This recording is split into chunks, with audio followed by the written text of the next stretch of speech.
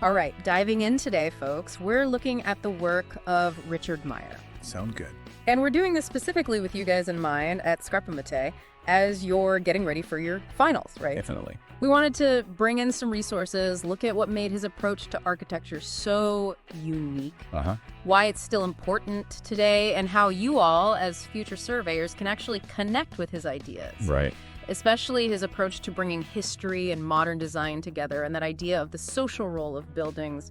Really fascinating stuff. Absolutely. We'll be delving into his key projects and kind of those major influences that shaped his whole approach. Yeah.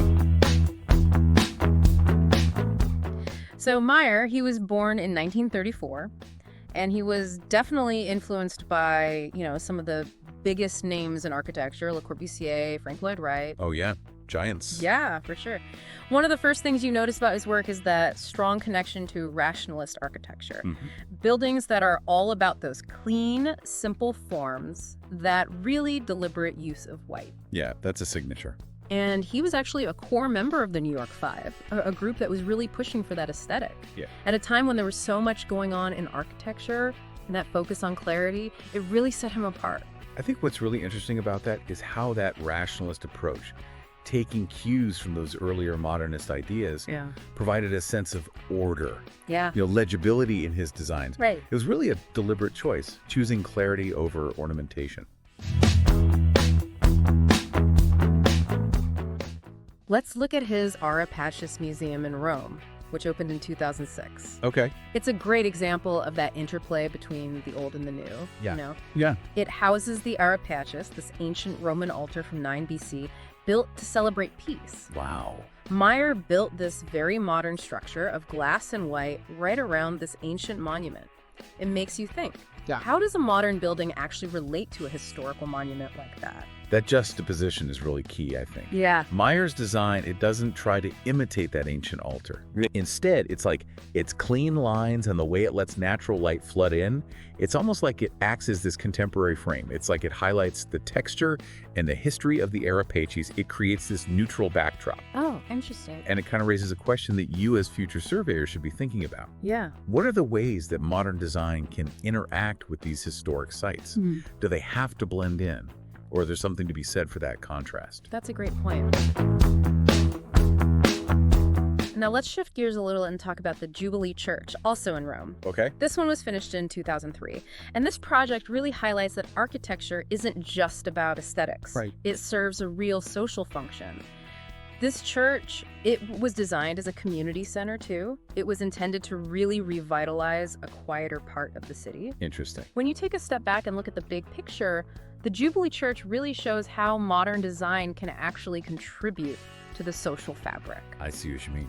With its 3 curved white walls and that interior that's just bathed in light, it creates a really inviting space, space for community interaction. It's a great example of how architecture can actually shape and improve people's lives in a neighborhood.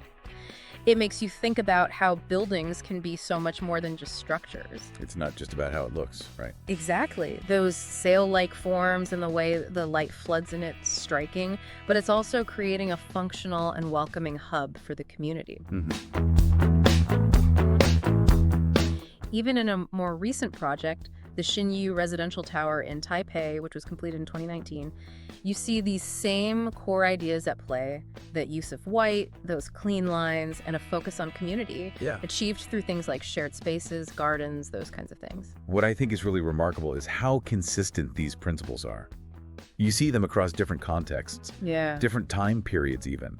Even in a modern residential building, in a dense urban area, like that commitment to clarity, light, that sense of community, it's still there. It's a central theme. Yeah. It makes you think that his core values, they really stand the test of time. They really do.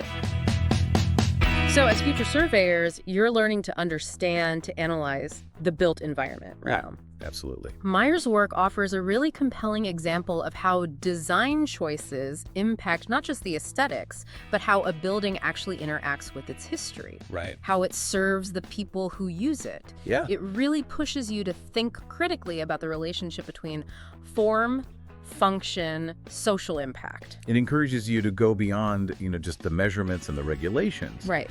To think about the intention behind the design. Yeah. Like, What were the architect's goals? How do the actual forms reflect those goals in relation to the site, the people who are going to use it? That's a great point. So as you continue your studies, consider this. How can you, as future surveyors, as people who will shape the built environment, apply these principles of clarity, historical awareness, social purpose? How can you ensure that as things develop, we create not just buildings, but meaningful places that are connected to their history, their surroundings, and that truly serve the needs of the community? Good food for thought.